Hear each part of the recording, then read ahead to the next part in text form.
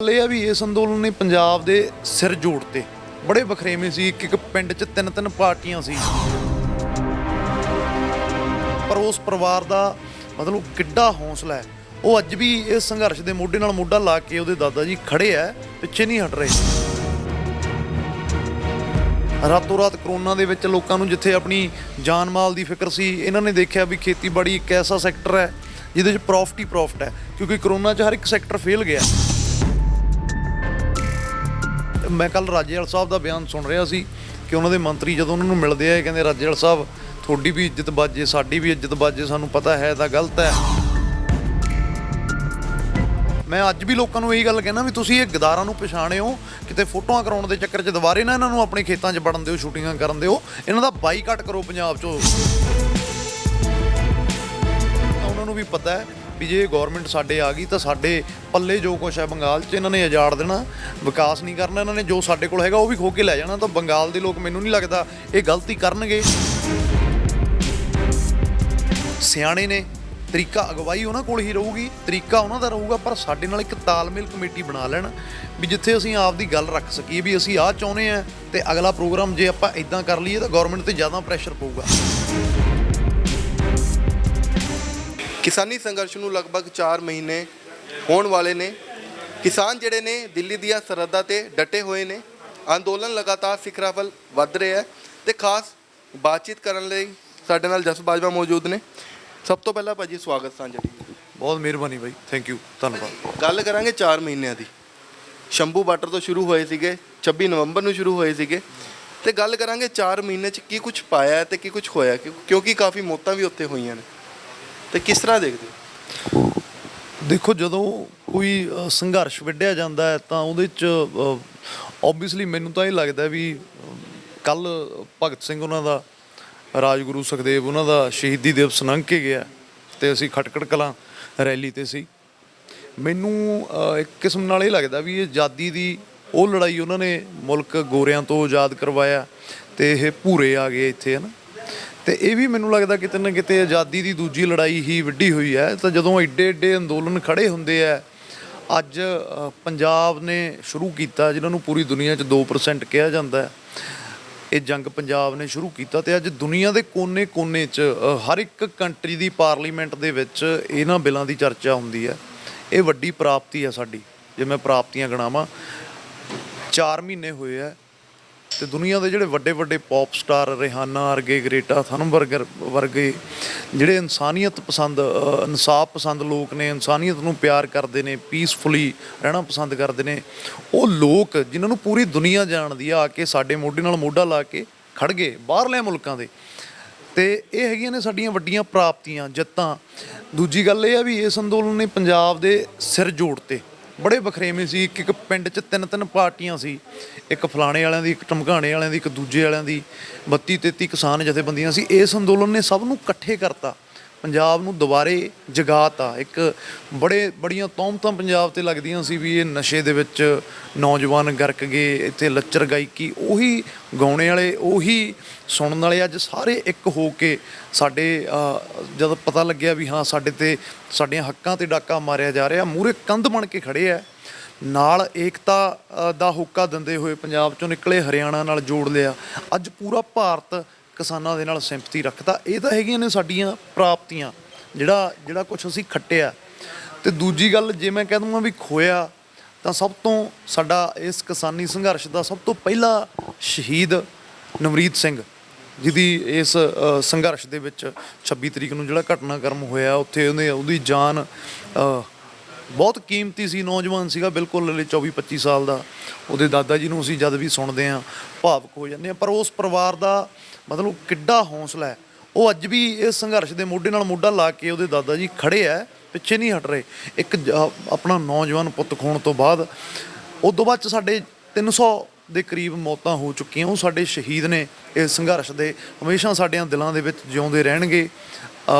ਜੇਲ੍ਹਾਂ ਦੇ ਵਿੱਚ ਨੌਜਵਾਨ ਨੇ, ਕੱਲ ਮੈਨੂੰ ਉੱਥੇ ਵੀਰ ਰਣਜੀਤ ਮਿਲਿਆ, ਕਿੰਨੀ ਉਹਦੇ ਤੇ ਤਸ਼ੱਦਦ ਹੋਈ, ਉਹਨੇ ਦੱਸਿਆ ਅੰਦਰ ਕੀ ਕੁਝ ਹੁੰਦਾ। ਇਹ ਜਿਹੜਾ ਤਸ਼ੱਦਦ ਹੋਇਆ ਇਹ ਇਤਿਹਾਸ ਦੇ ਵਿੱਚ ਲਿਖਿਆ ਜਾਊਗਾ। ਜਿਵੇਂ ਹੁਣ ਅੱਜ ਦੀ ਡੇਟ 'ਚ ਅਸੀਂ ਭਗਤ ਸਿੰਘ ਉਹਨਾਂ ਨੂੰ ਯਾਦ ਕਰਦੇ ਹਾਂ, ਲਾਲਾ ਲਾਜਪਤ ਰਾਏ ਉਹਨਾਂ ਨੂੰ, ਰਾਜਗੁਰੂ ਕਰਤਾਰ ਸਿੰਘ ਸਰਾਭੇ ਉਹਨਾਂ ਨੂੰ ਯਾਦ ਕਰਦੇ ਹਾਂ, ਸਾਡੇ ਬੜੇ ਮਹਾਨ ਯੋਧੇ ਨੇ। ਉਵੇਂ ਹੀ ਇਹਨਾਂ ਯੋਧਿਆਂ ਦਾ ਨਾਂ ਇਤਿਹਾਸ 'ਚ ਲਿਖਿਆ ਜਾਊਗਾ ਵੀ ਜਦੋਂ ਕਿਸਾਨੀ ਸੰਘਰਸ਼ ਵਿੱਢਿਆ ਗਿਆ ਤਾਂ ਇਹ ਉਹਦੇ ਮੇਨ ਜਿਹੜੇ ਫਰੰਟ ਲਾਈਨ ਦੇ ਯੋਧੇ ਸੂਰਵੀਰ ਸੀ। ਤੇ ਰਹਿ ਗਈ ਹੁਣ ਜੇ ਮੈਂ ਗੱਲ ਗੌਰਮੈਂਟ ਦੀ ਕਰਾਂ ਤੇ ਉਹਦੇ ਕੰਨ ਤੇ ਜੂੰ ਨਹੀਂ ਸਿਰਕ ਰਿਹਾ। ਤਾਨਾਸ਼ਾਹ ਦਾ ਇੱਕ ਰਵੱਈਆ ਅਪਣਾਇਆ ਹੋਇਆ। ਕਾਨੂੰਨ ਬਣਦੇ ਆ, ਕੋਈ ਵੀ ਕਾਨੂੰਨ ਬਣਦਾ ਲੋਕਾਂ ਦੀ ਭਲਾਈ ਦੇ ਵਾਸਤੇ, ਲੋਕਾਂ ਦੇ ਨਾਲ ਸਲਾਹ ਕਰਕੇ ਅੱਗੇ ਵਧਿਆ ਜਾਂਦਾ ਕਿ ਭਾਈ ਆ ਗੌਰਮੈਂਟ ਲੋਕਾਂ ਦੀ ਭਲਾਈ ਲਈ ਹੁੰਦੀ ਹੈ ਵੀ ਭਾਈ ਆਹ ਕਾਨੂੰਨ ਲੈ ਕੇ ਆਉਣ ਲੱਗੇ ਆ ਤੇ ਤੁਸੀਂ ਦੱਸੋ ਵੀ ਆਪਾਂ ਇਹਨਾਂ ਤੇ ਡਿਸਕਸ ਕਰੀਏ, ਤੁਹਾਡੇ ਲਈ ਸਹੀ ਨੇ। ਚਾਰ ਬੁੱਧੀਜੀਵੀ ਖੇਤੀ ਵਾਲੇ ਪਾਸਿਓਂ, ਖੇਤਾਂ ਵਾਲੇ ਪਾਸਿਓਂ ਜਿਹੜੇ ਨੌਲੇਜ ਰੱਖਦੇ ਆ, ਕਿਉਂਕਿ ਪੰਜਾਬ 'ਚ ਲਗਾਤਾਰ ਪਾਣੀ ਦਾ ਜਿਹੜਾ ਮਿਆਰ ਹੈ ਘਟਦਾ ਜਾ ਰਿਹਾ।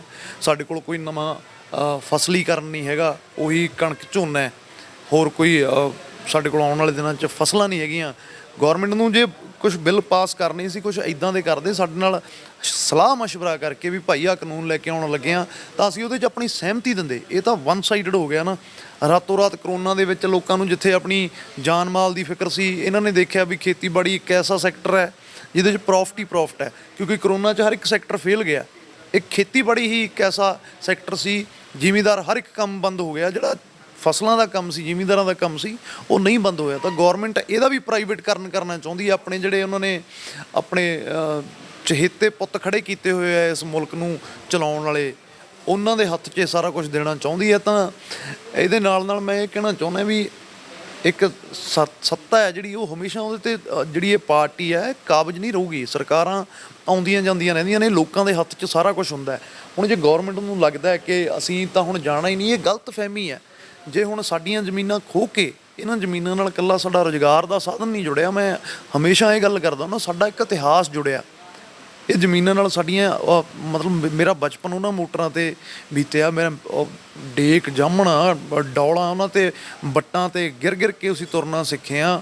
ਉਹਨਾਂ ਸੁਹਾਗੇ ਬਲਦਾਂ ਨਾਲ ਖੇਤੀ ਸਾਡੇ ਘਰ 'ਚ ਮੇਰੇ ਬਾਪੂ ਜੀ ਨਹੀਂ ਕਰਦੇ ਸੀ, ਅਸੀਂ ਉਹ ਸਭ ਕੁਝ ਦੇਖਿਆ। ਤੇ ਉਹ ਸਾਡੇ ਕੋਲੇ ਜਮਾਂਦਰੂ ਅਧਿਕਾਰ ਹੈ ਉਸ ਚੀਜ਼ ਦਾ ਵੀ ਉਹਨਾਂ ਫਸਲਾਂ ਦੇ ਵਾਰਸ ਸਾਡੀਆਂ ਆਉਣ ਵਾਲੀਆਂ ਨਸਲਾਂ ਹੀ ਰਹਿਣਗੀਆਂ। ਉੱਥੇ ਕੋਈ ਇਹ ਨਹੀਂ ਹੋਊਗਾ ਵੀ ਕਾਰਪੋਰੇਟ ਆ ਕੇ ਆਪਣੇ ਫਾਰਮ ਬਣਾਊਗਾ। ਸੋ ਇਹ ਲੜਾਈ ਸਾਡੀ ਹੋਂਦ ਦੀ ਲੜਾਈ ਇਹ ਤਾਂ ਬਣ ਜਾਂਦੀ ਹੈ, ਇਹਦੇ ਨਾਲ ਸਾਡਾ ਇਤਿਹਾਸ ਜੁੜਿਆ।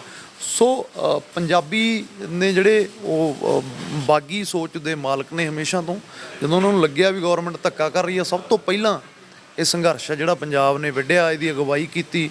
ਤੇ ਗੌਰਮੈਂਟ, ਮੈਂ ਕੱਲ੍ਹ ਰਾਜੇਵਾਲ ਸਾਹਿਬ ਦਾ ਬਿਆਨ ਸੁਣ ਰਿਹਾ ਸੀ ਕਿ ਉਹਨਾਂ ਦੇ ਮੰਤਰੀ ਜਦੋਂ ਉਹਨਾਂ ਨੂੰ ਮਿਲਦੇ ਆ, ਇਹ ਕਹਿੰਦੇ ਰਾਜੇਵਾਲ ਸਾਹਿਬ ਤੁਹਾਡੀ ਵੀ ਇੱਜ਼ਤ ਬਾਜੇ, ਸਾਡੀ ਵੀ ਇੱਜ਼ਤ ਬਾਜੇ, ਸਾਨੂੰ ਪਤਾ ਹੈ ਤਾਂ ਗਲਤ ਹੈ ਪਰ ਕੋਈ ਇਹਦਾ ਐਸਾ ਹੱਲ ਕੱਢ ਲਈਏ। ਜਦੋਂ ਐਸੀ ਗੌਰਮੈਂਟ ਹੋਵੇ ਜਿਹੜੀ ਨੂੰ ਪਤਾ ਹੋਵੇ ਵੀ ਇਹ ਗਲਤ ਹੈ, ਉਹ ਫਿਰ ਵੀ ਕਰ ਰਹੇ ਆ, ਤਾਂ ਫਿਰ ਤੁਸੀਂ ਅੰਦਾਜ਼ਾ ਲਾ ਲਓ ਵੀ ਮੁਲਕ ਦਾ ਆਉਣ ਵਾਲੇ ਦਿਨਾਂ 'ਚ ਹਾਲ ਕੀ ਹੋ ਸਕਦਾ ਹੈ। ਸੋ ਸੰਘਰਸ਼ ਵਿੱਢਿਆ ਹੋਇਆ, ਲੱਗੇ ਹੋਏ ਆ। ਜਦੋਂ ਤੱਕ ਜਿੱਤ ਤਾਂ ਸਾਡੀ ਹੀ ਹੋਣੀ ਹੈ, ਇਹਦੇ 'ਚ ਕੋਈ ਦੋ ਰਾਏ ਨਹੀਂ ਹੈਗੀ ਇਹਦੇ 'ਚ। ਪਰ ਜਦੋਂ ਤੱਕ ਫੈਸਲਾ ਨਹੀਂ ਹੁੰਦਾ, ਉਦੋਂ ਤੱਕ ਪੰਜਾਬ ਦਾ ਬੱਚਾ ਪੂਰੇ ਜੋਸ਼ੋ ਖਰੋਸ਼ ਨਾਲ ਇਸ ਸੰਘਰਸ਼ ਦੇ ਵਿੱਚ ਆਪਦੀ ਸ਼ਮੂਲੀਅਤ ਦਿੰਦਾ ਰਹੂਗਾ। ਭਾਜੀ, ਸਭ ਤੋਂ ਪਹਿਲਾਂ ਤੁਸੀਂ ਪੌਪ ਸਟਾਰ ਦੀ ਗੱਲ ਕੀਤੀ ਸੀ, ਇੰਟਰਨੈਸ਼ਨਲ ਆਰਟਿਸਟ ਨੇ ਜਿਹੜੇ, ਕਿਸ ਤਰ੍ਹਾਂ ਦੇਖਦੇ ਹੋ? ਇੱਕ ਬਾਲੀਵੁੱਡ ਹੈ ਜੋ ਭਾਰਤ ਦੇ ਵਿੱਚ ਹੈ, ਪੰਜਾਬ ਦੇ ਵਿੱਚ ਆਉਂਦੇ ਆ, ਸ਼ੂਟਿੰਗਾਂ ਕਰਦੇ ਆ, ਪੱਗ ਬੰਨ੍ਹ ਕੇ ਸ਼ੂਟਿੰਗਾਂ ਕਰਦੇ ਆ, ਇੱਕ ਕਲਚਰ ਪੰਜਾਬ ਦਾ ਦਿਖਾਉਂਦੇ ਆ, ਉਸ ਤੋਂ ਬਾਅਦ ਕੋਈ ਸਪੋਰਟ ਨਹੀਂ ਕਰਦਾ। ਕਿਸ ਤਰ੍ਹਾਂ ਦੇਖਦੇ ਹੋ? ਕਿਉਂਕਿ ਪੰਜਾਬ ਦਾ ਆਉਣ ਤੋਂ ਬਾਅਦ ਪੰਜਾਬੀ ਕਹਿਣ ਤੋਂ ਬਾਅਦ, ਅਗਰ ਮੈਂ ਸੰਨੀ ਦਿਓਲ ਦੀ ਗੱਲ ਕਰਾਂ, ਕਹਿੰਦੇ ਕਿ ਪੰਜਾਬੀ ਹਾਂ ਅਸੀਂ।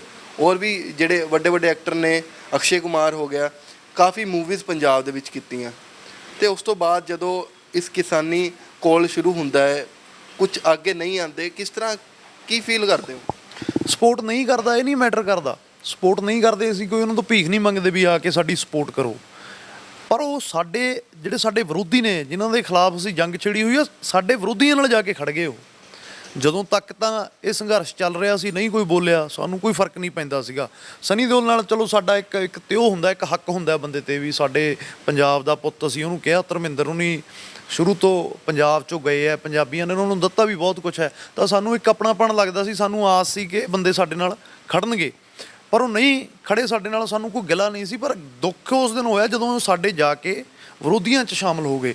ਜਦੋਂ ਰਿਹਾਨਾ ਨੇ ਇੱਕ ਟਵੀਟ ਕੀਤਾ, ਅੱਜ ਤੱਕ ਉਹਨਾਂ ਨੇ ਇੱਕ ਵੀ ਟਵੀਟ ਕਿਸਾਨੀ ਸੰਘਰਸ਼ ਲਈ ਪੱਖ 'ਚ ਨਹੀਂ ਕੀਤਾ ਸੀ। ਬਟ ਉਦੋਂ ਤੋਂ ਉਹ ਟੂਗੈਦਰ ਇੰਡੀਆ ਜਿਉਂ ਗੌਰਮੈਂਟ ਦੇ ਪੱਖ 'ਚ ਜਿਉਂ ਲੱਗੇ ਤਾਂ ਉਦੋਂ ਦੁੱਖ ਲੱਗਿਆ ਵੀ ਜਦੋਂ ਸਾਡੇ ਪੰਜਾਬ ਦੇ ਹੋ ਕੇ ਤੁਸੀਂ ਪੰਜਾਬ ਦੀਆਂ ਸਾਰਾ ਗੜੀ ਬਣਾ ਕੇ ਤੁਸੀਂ ਸਿੰਘ ਇਜ਼ ਕਿੰਗ ਕਹਿ ਕੇ ਆਪਦੇ ਆਪ ਨੂੰ ਪੱਗਾਂ ਬੰਨ੍ਹ ਕੇ ਹਜ਼ਾਰਾਂ ਕਰੋੜ ਰੁਪਈਆ ਕਮਾ ਗਏ, ਅੱਜ ਜਦੋਂ ਰੀਅਲ 'ਚ ਪੰਜਾਬ ਨੂੰ ਲੋੜ ਹੈ ਤਾਂ ਤੁਸੀਂ ਸਾਡੇ ਵਿਰੋਧੀਆਂ ਨਾਲ ਖੜ ਕੇ ਜਾ ਕੇ, ਤਾਂ ਫਿਰ ਉਹਨਾਂ ਦਾ ਇਹ ਜਿਹੜਾ ਸਟੇਜਾਂ ਤੋਂ ਮਾਣ ਤਾਣ ਕਰਨਾ ਬਣਦਾ ਹਰ ਇੱਕ ਪੰਜਾਬੀ ਨੇ। ਤੇ ਮੈਂ ਤਾਂ ਪਹਿਲੇ ਦਿਨ ਤੋਂ ਹੀ ਕਰਦਾ ਆ ਰਿਹਾ। ਮੈਂ ਅੱਜ ਵੀ ਲੋਕਾਂ ਨੂੰ ਇਹੀ ਗੱਲ ਕਹਿਣਾ ਵੀ ਤੁਸੀਂ ਇਹ ਗਦਾਰਾਂ ਨੂੰ ਪਛਾਣਿਓ, ਕਿਤੇ ਫੋਟੋਆਂ ਕਰਾਉਣ ਦੇ ਚੱਕਰ 'ਚ ਦੁਬਾਰੇ ਨਾ ਇਹਨਾਂ ਨੂੰ ਆਪਣੇ ਖੇਤਾਂ 'ਚ ਵੜਨ ਦਿਓ, ਸ਼ੂਟਿੰਗਾਂ ਕਰਨ ਦਿਓ, ਇਹਨਾਂ ਦਾ ਬਾਈਕਾਟ ਕਰੋ ਪੰਜਾਬ 'ਚੋਂ ਪ੍ਰੋਪਰ ਤੌਰ 'ਤੇ। ਤਾਂ ਦੁੱਖ ਲੱਗਦਾ ਵੀ ਇਹ ਲੋਕ ਗਦਾਰਾਂ 'ਚ ਸ਼ਾਮਲ ਹੋਏ। ਇਹ ਨਕਲੀ ਡੁਪਲੀਕੇਟ ਪੰਜਾਬੀ ਨੇ, ਇਹਨਾਂ ਦੇ ਅੰਦਰੋਂ ਜਿਹੜਾ ਖੂਨ ਹੈ ਪੰਜਾਬ ਦੇ ਕਣ ਦੇ ਉਹ ਨਹੀਂ ਰਹੇ। ਇਹਨਾਂ ਨੇ ਇਹ ਸਾਬਤ ਕਰਤਾ ਇਸ ਸੰਘਰਸ਼ ਦੇ ਵਿੱਚ। ਚਲੋ ਸਾਨੂੰ ਵੀ ਇਹ ਕਲੀਅਰ ਹੋ ਗਿਆ ਵੀ ਕੌਣ ਸਾਡਾ ਆਪਣਾ ਕੌਣ ਬੇਗਾਨਾ। ਇਹ ਲੋਕ ਹੁਣ ਯਾਦ ਰੱਖਣਗੇ, ਪੰਜਾਬੀ ਕਦੇ ਭੁੱਲਦੇ ਨਹੀਂ ਹੁੰਦੇ। ਜਿੱਥੇ ਵੀ ਇਹ ਪੰਜਾਬ 'ਚ ਜਦੋਂ ਵੀ ਆਉਣਗੇ ਇਹਨਾਂ ਦਾ ਬਣਦਾ ਮਾਣ ਤਾਣ ਪੰਜਾਬੀਆਂ ਵੱਲੋਂ ਪੂਰਾ ਕੀਤਾ ਜਾਊਗਾ। ਪਰ ਇਸ ਵਾਰੀ ਸਤਿਕਾਰ ਵਾਲਾ ਮਾਣ ਤਾਣ ਨਹੀਂ, ਇਸ ਵਾਰੀ ਮਾਣ ਤਾਣ ਜਿਹੜਾ ਹੋਊਗਾ ਇਹਨਾਂ ਦੇ ਵਿਰੋਧ ਵਾਲਾ ਮਾਣ ਤਾਣ ਹੈ ਨਾ। ਹੋ ਸਕਦਾ ਕੋਈ ਜਜ਼ਬਾਤੀ ਕੋਈ ਵੀਰ ਮੇਰੇ ਕੋਈ ਹੋ ਕੇ ਜਜ਼ਬਾਤੀ, ਤਾਂ ਮੈਨੂੰ ਲੱਗਦਾ ਵੀ ਛਿੱਤਰ ਪਤਾਣ ਵਾਲਾ ਵੀ ਕੰਮ ਆਉਣ ਵਾਲੇ ਦਿਨਾਂ 'ਚ ਹੋ ਸਕਦਾ ਇਹਨਾਂ ਦੇ ਨਾਲ, ਜੇ ਸ਼ੂਟਿੰਗਾਂ ਕਰਨ ਪੰਜਾਬ 'ਚ ਆਉਂਦੇ ਆ। ਸੋ ਮੈਨੂੰ ਨਹੀਂ ਲੱਗਦਾ ਵੀ ਲੋਕ ਹੁਣ ਉਹਨਾਂ ਨੂੰ ਕਦੇ ਸਵੀਕਾਰ ਕਰਨਗੇ। ਪੰਜਾਬੀਆਂ ਦਾ ਇਹ ਖੂਬੀ ਰਹੀ ਹੈ, ਜਿਹਨੂੰ ਪਿਆਰ ਕਰਦੇ ਆ, ਪਿਆਰ ਵੀ ਬਹੁਤ ਕਰਦੇ ਆ। ਜਦੋਂ ਦਤਕਾਰ ਦਿੰਦੇ ਆ ਤਾਂ ਐਸੀ ਬੁਰੀ ਤਰ੍ਹਾਂ ਦਤਕਾਰਦੇ ਆ, ਮੁੜ ਕੇ ਉਹਨੂੰ ਕਦੇ ਕਲਾਮ ਨਹੀਂ ਕਰਦੇ, ਉਹਦੀ ਅੱਖ ਚੱਕ ਨਹੀਂ ਪਲਾਉਂਦੇ। ਸੋ ਇਹ ਲੋਕ ਬੜੇ ਕਲੀਅਰ ਹੋਏ ਆ, ਤਾਂ ਦੁੱਖ ਲੱਗਿਆ। ਪਰ ਸਾਨੂੰ ਕੋਈ ਸੰਘਰਸ਼ ਦਾ ਕੋਈ ਫਰਕ ਨਹੀਂ ਪੈਂਦਾ। ਸੰਘਰਸ਼ ਸਮਾਂ ਜਦੋਂ ਸਾਨੂੰ ਇਹ ਲੱਗਦਾ ਵੀ ਇਹ ਲੋਕ ਸਾਡੇ ਨਾਲ ਗਦਾਰੀ ਕਰਕੇ ਸਾਨੂੰ ਇੱਕ ਦੁਬਾਰੇ ਹੌਸਲਾ ਮਿਲਦਾ ਵੀ ਹੁਣ ਤਾਂ ਯਾਰ ਡੈਫੀਨੇਟਲੀ ਜਿੱਤਾਂਗੇ ਤੇ ਇਹਨਾਂ ਨੂੰ ਕਰਕੇ ਦਿਖਾਵਾਂਗੇ। ਸੋ ਲੱਗੇ ਹੋਏ ਆ, ਬਾਬਾ ਮਿਹਰ ਕਰੂਗਾ, ਅਸੀਂ ਬਹੁਤ ਜਲਦੀ ਇਹ ਸੰਘਰਸ਼ ਹੈ ਜਿਹੜਾ ਜਿੱਤਾਂਗੇ। ਗੁਰਨਾਮ ਸਿੰਘ ਚੜੂੰਨੀ ਕਹਿੰਦੇ ਆ ਕਿ ਕਿਸਾਨ ਕਾਫੀ ਪਰੇਸ਼ਾਨ ਹੋ ਚੁੱਕੇ ਆ ਤੇ ਹੁਣ ਸਰਕਾਰਾਂ ਨੂੰ ਪਰੇਸ਼ਾਨ ਕਰਨ ਦਾ ਸਮਾਂ ਆ ਚੁੱਕਿਆ। ਕੀ ਕਹਿਣਾ ਚਾਹੋਗੇ? ਦੇਖੋ ਕਿਤੇ ਨਾ ਕਿਤੇ ਬੰਦਾ ਜਜ਼ਬਾਤਾਂ ਦੇ ਵਹਿਣ 'ਚ ਬਹਿ ਜਾਂਦਾ ਹੈ। 300 ਤੋਂ ਉੱਤੇ ਸ਼ਹੀਦੀਆਂ ਹੋ ਗਈਆਂ, ਠੰਡ ਵੀ ਲੰਘ ਗਈ, ਉੱਥੇ ਗਰਮੀ ਵੀ ਲੰਘ ਗਈ, ਦੁਬਾਰੇ ਗਰਮੀਆਂ ਸ਼ੁਰੂ ਹੋ ਗਈਆਂ, ਲਗਾਤਾਰ ਉੱਥੇ ਬੈਠੇ ਆ, ਨਹੀਂ ਸੁਣਵਾਈ ਹੋ ਰਹੀ ਹੈਗੀ। ਕਿਤੇ ਨਾ ਕਿਤੇ ਬੰਦਾ ਜਜ਼ਬਾਤੀ ਹੋ ਜਾਂਦਾ, ਫਿਰ ਕੋਈ ਨਾ ਕੋਈ ਸਖਤ ਐਕਸ਼ਨ ਲੈਂਦਾ। ਤਾਂ ਇਹ ਤਾਂ ਗੌਰਮੈਂਟਾਂ ਨੂੰ ਚਾਹੀਦਾ ਨਾ ਕਿ ਗੱਲਬਾਤ ਦੇ ਜ਼ਰੀਏ, ਅਸੀਂ ਤਾਂ ਗੱਲਬਾਤ ਦੇ ਜ਼ਰੀਏ ਹੀ ਗੱਲ ਦਾ ਹੱਲ ਕਰਨਾ ਚਾਹੁੰਦੇ ਹਾਂ। ਅਸੀਂ ਤਾਂ ਲਗਾਤਾਰ ਚਾਹੁੰਦੇ ਹਾਂ ਕਿ ਗੌਰਮੈਂਟ ਬਹਿ ਕੇ ਟੇਬਲ 'ਤੇ ਗੱਲ ਕਰੇ, ਨੈਗੋਸ਼ੀਏਸ਼ਨ ਕਰਕੇ ਹਰ ਇੱਕ ਚੀਜ਼ ਦਾ ਹੱਲ ਹੈ। ਪਰ ਉਹ ਨਹੀਂ ਚਾਹੁੰਦੀ। ਉਹ ਮਤਲਬ ਇੱਕ ਆਪਦਾ ਅੜੀਅਲ ਰਵੱਈਆ ਜਿਹੜਾ ਜੋ ਕਹਿਤਾ, ਜੋ ਅਸੀਂ ਕਰਤਾ ਉਹ ਸਹੀ ਹੈ, ਤਾਂ ਉੱਦਾਂ ਨਹੀਂ ਚੱਲੂਗਾ। ਜਦੋਂ ਲੋਕਤੰਤਰ ਦੀ ਖੂਬਸੂਰਤੀ ਇਹੀ ਹੁੰਦੀ ਹੈ ਕਿ ਉੱਥੇ ਲੋਕਾਂ ਦਾ ਅਧਿਕਾਰ ਹੁੰਦਾ ਹੈ, ਡੈਮੋਕ੍ਰੈਟਿਕ ਰਾਈਟ ਨੇ ਸਾਡੇ ਕੋਲ। ਇਹ ਸਭ ਤੋਂ ਵੱਡਾ ਦੁਨੀਆ ਦਾ ਲੋਕਤੰਤਰ ਹੈ। ਅਤੇ ਇੱਥੇ ਸਾਨੂੰ ਸੰਵਿਧਾਨ ਇਹ ਹੱਕ ਦਿੰਦਾ ਹੈ ਕਿ ਅਸੀਂ ਸਾਡਾ ਜਮਹੂਰੀਅਤ ਹੱਕ ਹੈ ਕਿ ਅਸੀਂ ਧਰਨੇ ਮੁਜ਼ਾਹਰੇ ਕਰ ਸਕਦੇ ਹਾਂ। ਅਤੇ ਜਦੋਂ ਤੱਕ ਕੋਈ ਨਾ ਕੋਈ ਸਿੱਟਾ ਨਹੀਂ ਨਿਕਲਦਾ ਅਸੀਂ ਲੱਗੇ ਰਹਾਂਗੇ, ਅਸੀਂ ਪਿੱਛੇ ਨਹੀਂ ਹਟਾਂਗੇ। ਕਿਸਾਨ ਜਿਹੜੇ ਨੇ ਬੰਗਾਲ ਦੇ ਵਿੱਚ ਪਹੁੰਚ ਚੁੱਕੇ ਨੇ। ਬੰਗਾਲ ਦੇ ਵਿੱਚ ਬੀਜੇਪੀ ਹੁਣ ਵੀ ਕਹਿ ਰਹੀ ਹੈ ਕਿ 200 ਪਾਰ ਸੀਟਾਂ ਜਿਹੜੀਆਂ ਨੇ ਲੈ ਕੇ ਜਾਣਗੀਆਂ। ਪਰ ਕਿਸਾਨ ਹੱਲੇ ਰਾਜੇਵਾਲ ਸਾਹਿਬ ਨੂੰ ਸੁਣਿਆ, ਡਾਕਟਰ ਦਰਸ਼ਨਪਾਲ ਨੂੰ ਸੁਣਿਆ, ਤੇ ਗੁਰਨਾਮ ਸਿੰਘ ਚੜੂੰਨੀ, ਰੁਲਦੂ ਸਿੰਘ ਮਾਨਸਾ ਬੈਠੇ ਸੀਗੇ, ਤੇ ਕਹਿ ਰਹੇ ਕਿ ਇਸ ਵਾਰੀ ਬੰਗਾਲ ਦੇ ਵਿੱਚ ਬੀਜੇਪੀ ਨਹੀਂ ਜਿੱਤੂਗੀ। ਇੱਕ ਤਰ੍ਹਾਂ ਬੀਜੇਪੀ ਕਹਿ ਰਹੀ ਹੈ 200 ਪਾਰ ਸੀਟਾਂ ਆਉਣਗੀਆਂ। ਤੇ ਦੇਖਦੇ ਹੋ ਕਿ ਅਗਰ ਬੰਗਾਲ ਦੇ ਵਿੱਚ ਬੀਜੇਪੀ ਨਹੀਂ ਜਿੱਤਦੀ ਤਾਂ ਫਿਰ ਕਿਸ ਤਰ੍ਹਾਂ ਦੇਖਦੇ ਹੋ ਕਿ ਕਿਸਾਨੀ ਅੰਦੋਲਨ ਦਾ ਜਿਹੜਾ ਸਮਾਂ ਕਹਿ ਰਹੇ ਕਿ ਹੁਣ 2024 ਤੱਕ ਜਿਹੜੇ ਸਰਹੱਦਾਂ ਤੇ ਬੈਠੇ ਨੇ ਤਾਂ ਕੁਝ ਫਰਕ ਪਊਗਾ ਜਾਂ ਟਾਈਮ ਲਿਮਿਟ ਘਟੂਗੀ ਮਾੜੀ ਜੀ? ਉਹ ਜਿਵੇਂ ਕਹਿੰਦੇ ਆ ਕਿ ਉਹ ਨਈਆ ਬਾਲ ਕਿੱਡੇ ਉਹ ਕਹਿੰਦਾ ਬਸ ਤੇਰੇ ਹੁਣ ਮੂਹਰੇ ਹੀ ਆ ਜਾਣੇ ਨੇ, ਵਕਤ ਨੇ ਫੈਸਲਾ ਕਰ ਦੇਣਾ। ਇੰਨੀ ਬੁਰੀ ਤਰ੍ਹਾਂ ਜਦੋਂ ਹੁਣ ਸਾਡੇ ਕਿਸਾਨ ਭਰਾ ਉੱਥੇ ਗਏ ਆ, ਉਹਨਾਂ ਨੂੰ ਐਡਾ ਭਰਮਾ ਹੰਗਾਰਾ। ਇੱਕ ਦੋ ਆਗੂ ਨੇ ਜਥੇਬੰਦੀਆਂ ਦੇ, ਮੇਰੇ ਬੜੇ ਚੰਗੇ ਮਿੱਤਰ ਨੇ, ਮੇਰੀ ਉਹਨਾਂ ਨਾਲ ਗੱਲਬਾਤ ਹੋਈ। ਉਹ ਕਹਿੰਦੇ ਸਾਨੂੰ ਆਸ ਨਹੀਂ ਸੀ ਵੀ ਬੰਗਾਲ 'ਚ ਸਾਡਾ ਐਡੇ ਵੱਡੇ ਪੱਧਰ 'ਤੇ ਸਾਨੂੰ ਲੋਕ ਹੰਗਾਰਾ ਦੇਣਗੇ, ਪਰ ਸਾਡੀ ਸੋਚ ਤੋਂ ਪਰੇ ਦਾ ਹੰਗਾਰਾ ਮਿਲਿਆ। ਐਡੇ ਇਕੱਠ ਹੋਏ, ਕਈ ਲੋਕਾਂ ਨੇ ਤਾਂ ਉੱਥੇ ਟਿਕਟਾਂ ਵੀ ਵਾਪਸ ਕੀਤੀਆਂ ਵੀ ਅਸੀਂ ਬੀਜੇਪੀ ਵੱਲੋਂ ਚੋਣ ਨਹੀਂ ਲੜਾਂਗੇ। ਵਕਤ ਨੇ ਫੈਸਲਾ। ਦੇਖੋ ਜੇ ਤਾਂ EVM ਫੈਕਟਰ ਚੱਲ ਗਿਆ ਧੋਖੇ ਨਾਲ, ਜੋ ਇਹ ਗੌਰਮੈਂਟਾਂ ਬਣ ਰਹੀਆਂ ਨੇ, ਜਿੱਦਾਂ ਜੋ ਲੋਕ ਇਹ ਚੱਲ ਰਿਹਾ ਸਿਸਟਮ, ਫਿਰ ਤਾਂ ਨਹੀਂ ਕੁਝ ਕਹਿ ਸਕਦੇ। ਜੇ ਪਾਰਸ਼ੈਲਿਟੀ ਨਾਲ ਵੋਟਾਂ ਪੈਣਗੀਆਂ ਤਾਂ ਫਿਰ ਉੱਥੇ ਡੈਫੀਨੇਟਲੀ ਜਿਹੜੀ ਬੀਜੇਪੀ ਦੀ ਹਾਰ ਹੈ ਉਹ ਪੱਕੀ ਹੈ। ਖੇਤੀਬਾੜੀ ਮੰਤਰੀ ਕਹਿੰਦੇ ਆ ਕਿ ਕਿਸਾਨ ਬੰਗਾਲ ਪੱਥਰਾਂ ਨਾਲ ਮੱਥਾ ਮਾਰਨ ਗਏ ਆ। ਖੇਤੀਬਾੜੀ ਮੰਤਰੀ ਤਾਂ ਪਹਿਲਾਂ ਇਹ ਵੀ ਕਹਿੰਦੇ ਸੀਗੇ ਕਿ ਇਹ ਟੁਕੜੇ ਗਏਗਾ, ਇਹ ਪੰਜਾਬ ਵਾਲੇ ਲੋਕਾਂ ਨੂੰ ਹੀ ਪ੍ਰੋਬਲਮ ਹੈ, ਇਕੱਲੀ ਇਹਨਾਂ ਨੂੰ ਪਾਕਿਸਤਾਨ ਤੋਂ ਫੰਡਿੰਗ ਹੈ, ਇਹ ਅੱਤਵਾਦੀ ਨੇ। ਖੇਤੀਬਾੜੀ ਮੰਤਰੀ ਦਾ ਹੁਣ ਬਿਆਨ ਆ ਗਿਆ ਕਿ ਇਕੱਠਾਂ ਨਾਲ ਕਦੇ ਬਿੱਲ ਰੱਦ ਨਹੀਂ ਹੋਇਆ ਕਰਦੇ। ਤਾਂ ਹੁਣ ਖੇਤੀਬਾੜੀ ਮੰਤਰੀ 'ਤੇ ਕੀ ਯਕੀਨ ਕਰ ਲਈਏ? ਪਹਿਲਾਂ ਉਹ ਸਾਨੂੰ ਟੁਕੜੇ ਗਏ ਕਹਿੰਦਾ ਸੀ, ਕਹਿੰਦਾ ਸੀ ਬਹੁਤ ਘੱਟ ਗਿਣਤੀ ਆ।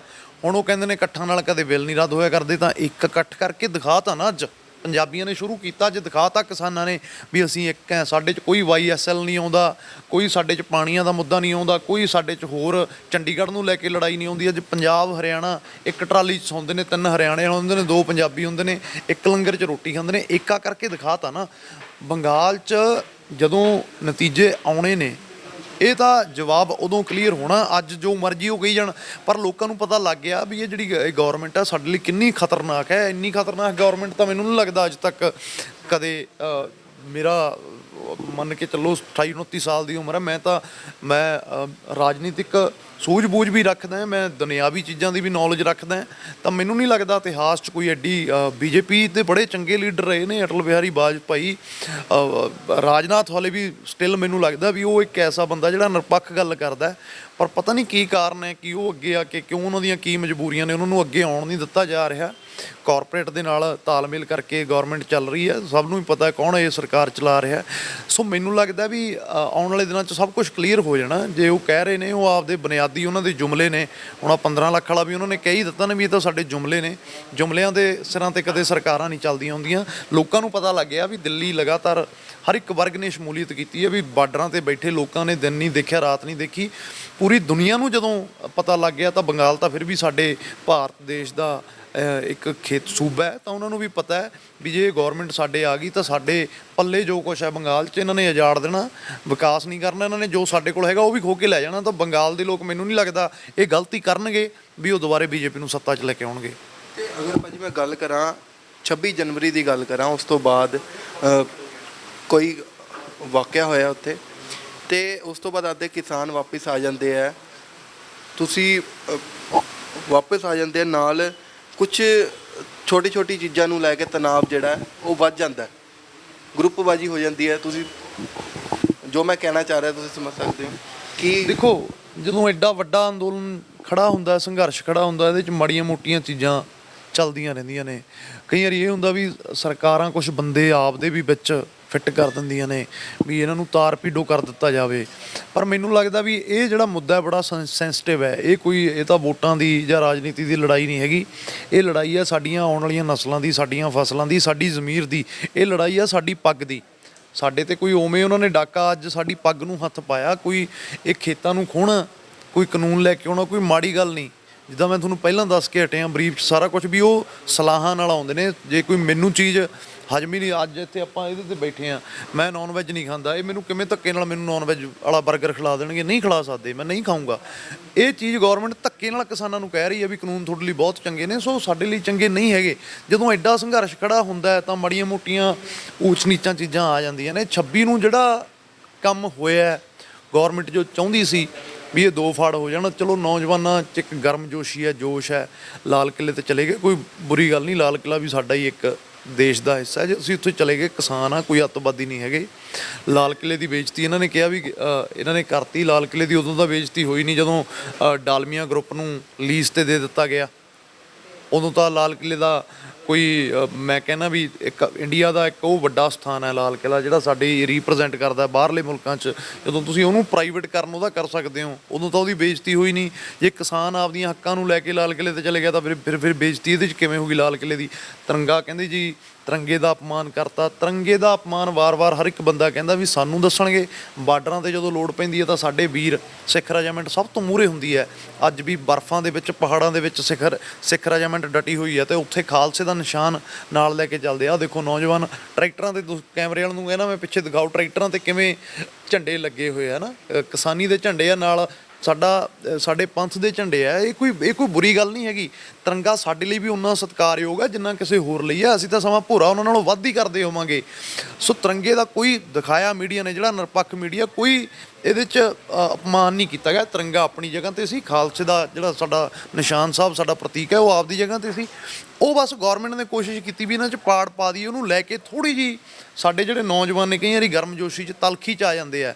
ਉਹਨਾਂ ਨੂੰ ਲੱਗਿਆ ਵੀ ਸਾਨੂੰ ਜਥੇਬੰਦੀਆਂ ਨੇ ਅੱਗੇ ਨਹੀਂ ਜਾਣ ਦਿੱਤਾ, ਜਾਂ ਸਾਡੇ ਨਾਲ ਪ੍ਰੋਗਰਾਮ ਬਣਾ ਕੇ ਰਾਏ ਸਲਾਹ ਕਰਕੇ ਨਹੀਂ ਚੱਲੇ। ਉਹੀ ਮੈਂ ਅੱਜ ਸਟੇਜ ਤੋਂ ਵੀ ਇਹ ਗੱਲ ਕਹੀ ਸੀ ਵੀ ਇੱਕ ਕਮੇਟੀ ਬਣਨੀ ਚਾਹੀਦੀ ਹੈ।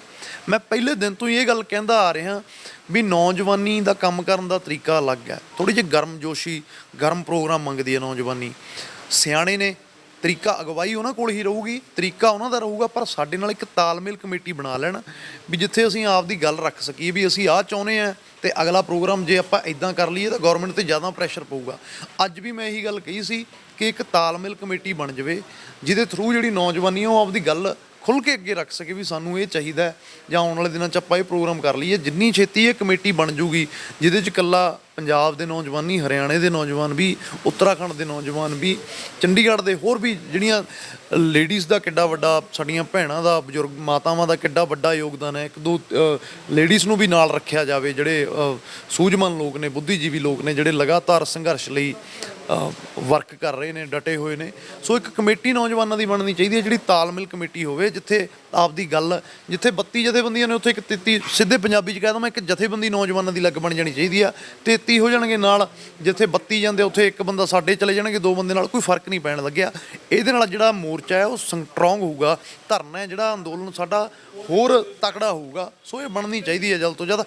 ਬਾਕੀ ਜਿਹੜੇ ਮਾੜੇ ਮੋਟੇ ਮਾਨ ਮੁਟਾਵ ਹੋਏ ਨੇ ਹੁੰਦੇ ਰਹਿੰਦੇ ਆ ਪਰਿਵਾਰਾਂ 'ਚ, ਇਹਨਾਂ ਨੂੰ ਭੁੱਲ ਕੇ ਹੁਣ ਆਪਾਂ 26 ਨੂੰ ਹੀ ਖਿੱਚੀ ਜਾਵਾਂਗੇ। ਗਵਰਨਮੈਂਟ ਤਾਂ ਚਾਹੁੰਦੀ ਹੈ ਵੀ ਆਪਸ 'ਚ ਉਲਝੇ ਰਹਿਣ, ਖਿੱਚੀ ਜਾਵਾਂਗੇ ਤਾਂ ਚੀਜ਼ਾਂ ਦਾ ਹੱਲ ਨਹੀਂ ਹੋਣਾ। ਇਹਨਾਂ ਨੂੰ ਭੁੱਲ ਕੇ ਦੁਬਾਰੇ ਆ ਮਹਾਂ ਪੰਚਾਇਤਾਂ ਹੋ ਰਹੀਆਂ ਨੇ, ਬਹੁਤ ਵੱਡੀ ਚੰਗੀ ਗੱਲ ਹੈ, ਉਪਰਾਲੇ ਹੋ ਰਹੇ ਨੇ।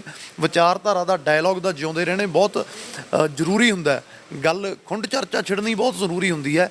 ਵਿਚਾਰਧਾਰਾ ਜਿਉਂਦੀ ਰੱਖੀਏ ਪਿੰਡਾਂ 'ਚ, ਸੱਥਾਂ 'ਚ, ਤੇ ਦੁਬਾਰੇ ਦਿੱਲੀ ਦੇ ਬਾਰਡਰਾਂ 'ਤੇ ਜਾ ਕੇ ਇਕੱਠ ਕਰੀਏ ਤੇ ਤਾਂ ਜੋ ਗਵਰਨਮੈਂਟ 'ਤੇ ਪ੍ਰੈਸ਼ਰ ਵੱਧ ਸਕੇ, ਗੱਲਬਾਤ ਦਾ ਰਾਹ ਖੁੱਲ੍ਹੇ। ਜੀ ਮੇਰਾ ਸਵਾਲ ਹੈ, ਤੁਸੀਂ ਜਿੱਦਾਂ ਗੱਲ ਕੀਤੀ ਹੈ ਕਿ ਇੱਕ ਨੌਜਵਾਨ ਜਥੇਬੰਦੀ ਹੋਣੀ ਚਾਹੀਦੀ ਹੈ ਤੇ ਇੱਕ ਨਾਂ ਆਉਂਦਾ ਲੱਖਾ ਸਦਾਣਾ, ਕਾਫੀ ਨੌਜਵਾਨ ਉਹਨਾਂ ਦੇ ਨਾਲ ਸੀਗੇ, ਉਸ ਤੋਂ ਬਾਅਦ ਵੀ ਉਹਨਾਂ ਨੇ ਇਕੱਠ ਕੀਤਾ, ਤੇ ਕਿਸ ਤਰ੍ਹਾਂ ਦੇਖਦੇ ਹੋ ਉਹਨਾਂ ਨੂੰ, ਕਿਸ ਤਰ੍ਹਾਂ ਦੇਖਦੇ?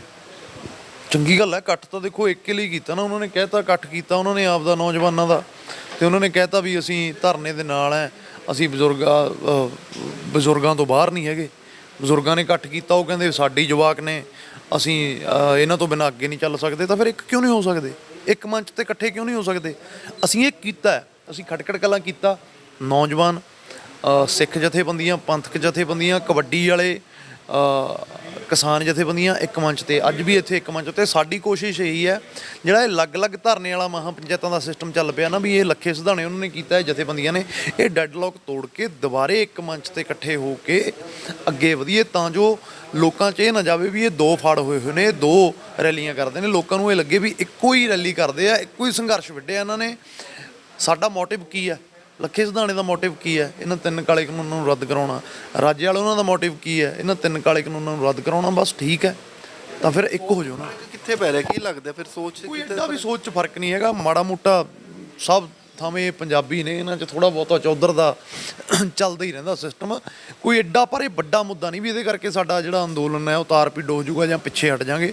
ਨਹੀਂ, ਇਹ ਮਾੜਾ ਮੋਟਾ ਹੈ। ਜਿਹੜਾ ਬੰਦਾ, ਜਿਹਨੂੰ ਦੇਖੋ ਆਵਾਮ ਜਿਹੜੀ ਚੀਜ਼ ਚਾਹੁੰਦੀ ਹੈ, ਨੌਜਵਾਨ ਚਾਹੁੰਦੇ ਨੇ ਵੀ ਸਾਡੀ ਨੌਜਵਾਨ, ਜਿਹੜੇ ਸਾਡੇ ਨੌਜਵਾਨ ਆਗੂ ਨੇ ਉਹ ਅੱਗੇ ਆਉਣੇ ਚਾਹੀਦੇ ਨੇ, ਉਹਨਾਂ ਤੋਂ ਲੈ ਆਓ। ਕੀ ਫਰਕ ਹੈ? ਅਸੀਂ ਅਗਵਾਈ ਤਾਂ ਨਹੀਂ ਖੋ ਰਹੇ ਨਾ, ਅਗਵਾਈ ਤਾਂ ਅੱਜ ਵੀ ਜਥੇਬੰਦੀਆਂ ਦੇ ਕੋਲ ਹੈ, ਤਾਂ ਉਹਨਾਂ ਨੂੰ ਵਿੱਚ ਸ਼ਾਮਲ ਕਰ ਲਓ, ਕੋਈ ਪ੍ਰੋਬਲਮ ਵਾਲੀ ਗੱਲ ਨਹੀਂ। ਆਉਣ ਵਾਲੇ ਦਿਨਾਂ 'ਚ ਸਾਡੀ ਇਹੀ ਕੋਸ਼ਿਸ਼ ਹੈ ਵੀ ਇਹ ਮੀਡੀਆ ਨੂੰ ਵੀ ਮੈਂ ਬੇਨਤੀ ਕਰਨਾ ਚਾਹੁੰਦਾ ਵੀ ਬਸ ਹੁਣ ਇਹ ਬਹੁਤ ਹੋ ਗਿਆ, ਹੁਣ ਆਪਾਂ ਇਹਨਾਂ ਸਵਾਲਾਂ, ਇਹ ਸਵਾਲ ਹੀ ਨਾ ਕਰਿਆ ਕਰੀਏ ਵੀ ਉਹ ਅੱਡ ਹੋ ਗਏ। ਹੁਣ ਆਪਾਂ ਗੱਲ ਕਰੀਏ ਏਕੇ ਦੀ, ਵੀ ਇਹ ਇਕੱਠੇ ਕਿਵੇਂ ਹੋਣਗੇ। ਉਹ ਆਪਦੇ ਮੂੰਹੋਂ ਕਹਿ ਰਹੇ ਆ ਵੀ ਉਹ ਸਾਡੇ ਵੱਡੇ ਨੇ, ਵੱਡੇ ਕਹਿ ਰਹੇ ਨੇ ਸਾਡੇ ਛੋਟੇ ਨੇ, ਤਾਂ ਬਸ ਗੱਲ ਮੁੱਕ ਗਈ। ਹੁਣ ਆਪਾਂ ਇਹਨਾਂ ਨੂੰ ਜੋੜ ਕੇ ਇੱਕ ਮੰਚ ਤੇ ਕਿਵੇਂ ਲੈ ਕੇ ਆਉਣਾ। ਕਿਸੇ ਹੱਦ ਤੱਕ ਅਸੀਂ ਕੱਲ੍ਹ ਵੀ ਬਾਈ, ਵੱਡੇ ਬਾਈ ਬੱਬੂ ਮਾਨ ਨੂੰ ਨਹੀਂ ਸੀਗੇ, ਅਮਤੋਜ ਬਾਈ ਉਹ ਨਹੀਂ ਸੀਗੇ, ਸਾਰੇ ਅਸੀਂ ਇੱਕ ਮੰਚ ਤੇ ਸੀ। ਅਸੀਂ ਏਕੇ ਦੀ ਕੋਸ਼ਿਸ਼ ਲਗਾਤਾਰ ਕਰ ਰਹੇ ਹਾਂ ਵੀ ਇੱਕ ਮੰਚ ਤੇ ਇਕੱਠੇ ਹੋ ਜਾਈਏ। ਵੱਡੀ ਗੱਲ ਇਹ ਹੈ ਵੀ ਜਿਹੜੇ ਵੀਰ ਸਾਡੇ ਜੇਲ੍ਹਾਂ ਦੇ ਵਿੱਚ ਬੰਦ ਨੇ, ਉਹਨਾਂ ਦੀ ਰਿਹਾਈ ਲਈ ਜਿੰਨਾ ਸਖਤੀ ਨਾਲ ਕਦਮ ਹੋ ਸਕਦਾ ਉਨੀ ਸਖਤੀ ਨਾਲ ਕਦਮ ਪੱਟੀਏ, ਤਾਂ ਜੋ ਸਾਡੇ ਭਰਾ ਬਾਹਰ ਆਉਣ, ਸਾਡੇ ਬਣਦੇ ਸਾਨੂੰ ਹੱਕ ਮਿਲਣ। ਚਾਹੇ ਉਹਦੇ ਵਿੱਚ ਰਣਜੀਤ ਸਿੰਘ ਸੀ, ਉਹਨੇ ਦੱਸਿਆ ਕਿਵੇਂ ਤਸ਼ੱਦਦ ਕੀਤੀ, ਉਹਨਾਂ 'ਤੇ ਵੀ ਤਸ਼ੱਦਦ ਹੋ ਰਹੀ ਹੈ। ਜਲਦ ਤੋਂ ਜਲਦ ਉਹਨਾਂ ਨੂੰ ਬਾਹਰ ਕਢਾਈਏ ਤੇ ਇੱਕ ਹੋ ਕੇ ਦੁਬਾਰੇ ਇਕਜੁੱਟ ਹੋ ਕੇ ਨੌਜਵਾਨੀ ਜਿਵੇਂ ਪਹਿਲਾਂ ਸੀ ਪੰਜਾਬ 'ਚ, ਉਵੇਂ ਅੱਗੇ ਵਧੀਏ ਤੇ ਗੌਰਮੈਂਟ 'ਤੇ ਪ੍ਰੈਸ਼ਰ ਪਾਈਏ ਤੇ ਇਹਨਾਂ ਬਿੱਲਾਂ ਨੂੰ ਰੱਦ ਕਰਾਈਏ। ਇੱਕ ਵੱਡਾ ਰੋਲ NRIs ਦਾ ਵੀ ਹੈ ਬਾਹਰ, ਜਿਹੜੇ ਤੁਹਾਨੂੰ ਦੇਸ਼ਾਂ ਵਿਦੇਸ਼ਾਂ 'ਚ ਦੇਖ ਰਹੇ ਆ, ਕਾਫੀ ਸੇਵਾਵਾਂ ਭੇਜ ਰਹੇ ਆ, ਉਹਨਾਂ ਲਈ ਕੁਝ ਕਹਿਣਾ ਚਾਹੋ ਤੁਸੀਂ? ਦੇਖੋ, NRI ਵੀਰਾਂ ਤੋਂ ਬਿਨਾਂ ਤਾਂ ਪੰਜਾਬ ਨੂੰ ਸਿਰਜਿਆ ਹੀ ਨਹੀਂ ਜਾ ਸਕਦਾ, ਸੋਚਿਆ ਹੀ ਨਹੀਂ ਜਾ ਸਕਦਾ ਵੀ ਪੰਜਾਬ, ਇਹ ਸੱਚ ਹੈ ਵੀ ਅੱਗੇ ਵੱਧ ਸਕਦਾ। NRI ਸਾਡੇ ਨਾਲੋਂ ਜ਼ਿਆਦਾ ਫਿਕਰਮੰਦ ਰਹਿੰਦੇ ਨੇ ਹਮੇਸ਼ਾ। ਅੱਜ ਵੀ ਮੈਨੂੰ 10 ਫੋਨ ਦਿਨ 'ਚ ਆਉਂਦੇ ਨੇ ਵੀ ਯਾਰ ਧਰਨੇ ਦਾ ਕੀ ਬਣਿਆ। ਕੋਈ ਵੀ ਹਲਚਲ ਹੁੰਦੀ ਹੈ ਸਭ ਤੋਂ ਪਹਿਲਾਂ ਫੋਨ ਘੰਟੀ ਖੜਕਦੀ ਹੈ NRI ਵੀਰਾਂ ਦੀ। ਇੰਨੀ ਉਹ ਮਤਲਬ ਫੰਡ ਭੇਜਦੇ ਆ ਪੈਸੇ ਵੱਲੋਂ। ਉਹ ਕਹਿੰਦੇ ਆ ਵੀ ਅਸੀਂ ਚਲੋ ਉਹਨਾਂ ਦੀਆਂ ਮਜਬੂਰੀਆਂ ਨੇ, ਉਹਨਾਂ ਦੇ ਪਰਿਵਾਰ ਉੱਥੇ ਨੇ, ਨਹੀਂ ਇੱਥੇ ਆ ਸਕਦੇ, ਪਰ ਉਹ ਸਾਨੂੰ ਜਦੋਂ ਐਡਾ ਸੰਘਰਸ਼ ਵਿੱਢਿਆ ਜਾਂਦਾ ਤਾਂ ਓਬਵੀਅਸਲੀ ਗੱਲ ਹੈ ਉਹਦੇ 'ਚ ਫਾਈਨੈਂਸ਼ਲੀ ਬਹੁਤ ਪੈਸਾ ਚਾਹੀਦਾ ਹੁੰਦਾ ਹੈ ਨਾ, ਕੰਮ ਕਰਨ ਦੇ ਲਈ, ਤੇਲ ਪਾਉਣ ਦੇ ਲਈ, ਟਰੈਕਟਰਾਂ 'ਚ ਉੱਥੇ ਲੰਗਰਾਂ ਦੇ ਲਈ। ਤਾਂ ਉਹ ਸਾਰੀ ਜ਼ਿੰਮੇਵਾਰੀ NRI ਵੀਰਾਂ ਨੇ ਇਸ ਵਾਰ ਪੈਸੇ ਦੇ ਨਾਲ ਨਾਲ ਉਹਨਾਂ ਨੇ ਦੁਨੀਆ ਦੇ ਮੂਹਰੇ, ਗੋਰਿਆਂ ਦੇ ਮੂਹਰੇ ਅੰਬੈਸੀਆਂ ਵੀ ਘੇਰੀਆਂ ਤੇ ਉੱਥੇ ਸਾਫ਼ ਦਿਖਾਇਆ ਵੀ ਹਾਂ ਸਾਡੇ ਮੁਲਕ 'ਚ ਗੌਰਮੈਂਟ ਸਾਡੇ ਤੇ ਕਿਵੇਂ ਤਸ਼ੱਦਦ ਕਰ ਰਹੀ ਹੈ। ਅੰਬੈਸੀਆਂ ਘੇਰ ਕੇ, ਇੰਡੀਅਨ ਅੰਬੈਸੀਆਂ ਘੇਰ ਕੇ ਬੰਦ ਰੱਖਿਆ ਤੇ ਦੁਨੀਆ ਦੇ ਮੂਹਰੇ ਇੱਕ NRIਆਂ ਨੇ ਐਸੀ ਤਸਵੀਰ ਪੇਸ਼ ਕੀਤੀ ਵੀ ਸਾਡਾ ਜਿਹੜਾ ਅੰਦੋਲਨ ਆ ਉਹ ਵਰਲਡ ਵਾਈਡ ਗਿਆ NRI ਵੀਰਾਂ ਦੀ ਬਦੌਲਤ। ਸੋ NRIਆਂ ਦਾ ਬਹੁਤ ਵੱਡਾ ਯੋਗਦਾਨ ਹੈ। ਸਾਡੇ ਭਰਾ ਨੇ, ਸਾਨੂੰ ਇਸ ਗੱਲ ਦਾ ਮਾਣ ਹੈ ਕਿ ਹਮੇਸ਼ਾ ਸਾਡੇ ਮੋਢੇ ਦੇ ਨਾਲ ਮੋਢਾ ਲਾ ਕੇ ਖੜੇ ਨੇ ਤੇ ਫਿਕਰਮੰਦ ਨੇ ਪੰਜਾਬ ਦੇ ਲਈ, ਤੇ ਵਾਹਿਗੁਰੂ ਉਹਨਾਂ ਨੂੰ ਚੜ੍ਹਦੀ ਕਲਾ ਬਖਸ਼ੇ। ਤੇ ਮੈਂ ਉਹਨਾਂ ਨੂੰ ਇਹੀ ਬੇਨਤੀ ਕਰਨਾ ਚਾਹੁੰਦਾ, ਜਦ ਤੱਕ ਆਪਾਂ ਇਹ ਸੰਘਰਸ਼ ਜਿੱਤਦੇ ਨਹੀਂ, ਤੁਸੀਂ ਵੀ ਉਹਨਾਂ ਮੁਲਕਾਂ 'ਚ ਜਿਵੇਂ ਪਹਿਲਾਂ ਅੰਬੈਸੀਆਂ ਘੇਰੀਆਂ ਸੀ, ਹੁਣ ਦੁਬਾਰੇ ਸਰਗਰਮੀ ਕਰੋ ਤਾਂ ਜੋ ਗੌਰਮੈਂਟ 'ਤੇ ਇੰਟਰਨੈਸ਼ਨਲੀ ਪ੍ਰੈਸ਼ਰ ਬਣ ਸਕੇ। ਤੇ ਜਿਹੜਾ ਯੂਥ ਹੈ, ਹੁਣ ਰੋਡ ਮੈਪ ਜਿਹੜਾ ਤੁਸੀਂ ਤਿਆਰ ਕਰ ਰਹੇ ਹੋ, ਸੋਚ ਰਹੇ ਹੋ ਕਿ ਇੱਕ ਯੂਥ ਜਥੇਬੰਦੀ ਹੋਣੀ ਚਾਹੀਦੀ ਹੈ, ਤੇ ਕੀ ਬੇਨਤੀ ਕਰਨਾ ਚਾਹੋਗੇ, ਕੀ ਕਹਿਣਾ ਚਾਹੋਗੇ ਯੂਥ ਨੂੰ ਕਿ ਕਿੱਦਾਂ ਇਕੱਠੇ ਹੋਣ? ਕਿਉਂਕਿ ਹੁਣ ਮੈਂ ਫਸਲ ਦੀ ਗੱਲ ਕਰਾਂ ਤੇ 10 ਦਿਨਾਂ ਦੇ ਵਿੱਚ ਕਹਿ ਰਹੇ ਕਿ 10 ਅਪ੍ਰੈਲ ਤੋਂ ਮੰਡੀ ਜਿਹੜੀ ਆ ਖੁੱਲ੍ਹ ਜਾਏਗੀ, ਫਸਲਾਂ ਜਿਹੜੀਆਂ ਜਾਣਗੀਆਂ, ਉਸ ਤੋਂ ਬਾਅਦ ਬਿਜਾਈ ਜਿਹੜੀ ਆ ਉਹ ਸ਼ੁਰੂ ਹੋ ਜਾਏਗੀ। ਤੇ ਉਸ ਤੋਂ ਬਾਅਦ ਕੀ ਕਹਿਣਾ ਚਾਹੋਗੇ ਨੌਜਵਾਨਾਂ ਨੂੰ, ਕਿਉਂਕਿ ਕਿਤੇ ਨਾ ਕਿਤੇ ਕਾਫੀ ਲੰਬਾ ਸਮਾਂ ਹੋ ਚੁੱਕਿਆ, ਤੇ ਨੌਜਵਾਨਾਂ ਨੂੰ ਕੀ ਕਹਿਣਾ ਚਾਹੋਗੇ, ਕਿਸ ਤਰ੍ਹਾਂ ਦਾ ਰੋਡ ਮੈਪ ਜਿਹੜਾ ਉਹ ਤਿਆਰ ਕਰੋਗੇ? ਦੇਖੋ ਮੇਨ ਗੱਲ ਇਹ ਆ, ਫਸਲਾਂ ਦੀ ਲੜਾਈ ਆ, ਕੰਮ ਵੀ ਜ਼ਰੂਰੀ ਹੈ। ਹੁਣ ਪਿੰਡਾਂ 'ਚ ਮਤੇ ਪਏ ਹੋਏ ਆ ਵੀ ਭਾਈ ਇੱਕ ਪਿੰਡ 'ਚੋਂ 10 ਬੰਦੇ ਉੱਥੇ ਜਾਣਗੇ, ਠੀਕ ਹੈ। ਜਿੱਦਾਂ ਪਹਿਲਾਂ ਉੱਥੇ ਘੱਟ ਸੀਗਾ ਉਹ ਘਟਿਆ, ਮੈਂ ਮੰਨਦਾ, ਪਰ ਉਹ ਇਸ ਲਈ ਨਹੀਂ ਘਟਿਆ ਕਿ ਲੋਕ ਉੱਥੋਂ ਨਿਰਾਸ਼ ਹੋ ਕੇ ਵਾਪਸ ਆ ਗਏ, ਨਹੀਂ। ਇਹ ਇਸ ਲਈ ਆ ਕਿ ਅਸੀਂ ਆਪਣੀਆਂ ਫਸਲਾਂ ਵੀ ਦੇਖਣੀਆਂ ਨੇ, ਫਸਲਾਂ ਦੀ ਹੀ ਲੜਾਈ ਹੈ। ਹੁਣ ਸਾਡੀਆਂ ਕਣਕਾਂ ਨੇ, ਪੱਕੀਆਂ ਪਈਆਂ ਨੇ, ਉਦੋਂ ਬਾਅਦ 'ਚ ਅਸੀਂ ਖੇਤ ਵਾਹੁਣੇ ਆ, ਝੋਨਾ ਬੀਜਣਾ, ਸਾਰਾ ਕੁਝ ਤਿਆਰ ਕਰਨੇ ਆ, ਉਹ ਇੱਕ ਲੰਬਾ ਪ੍ਰੋਸੈਸ ਹੁੰਦਾ। ਸੋ ਜਦੋਂ ਅਸੀਂ ਇੱਧਰੋਂ ਵਿਹਲੇ ਹੋ ਗਏ, ਜੀਰੀਆਂ ਬੀਜਲੀਆਂ, ਉਦੋਂ ਬਾਅਦ 'ਚ ਫਿਰ ਸਰਹੱਦਾਂ 'ਤੇ ਆ।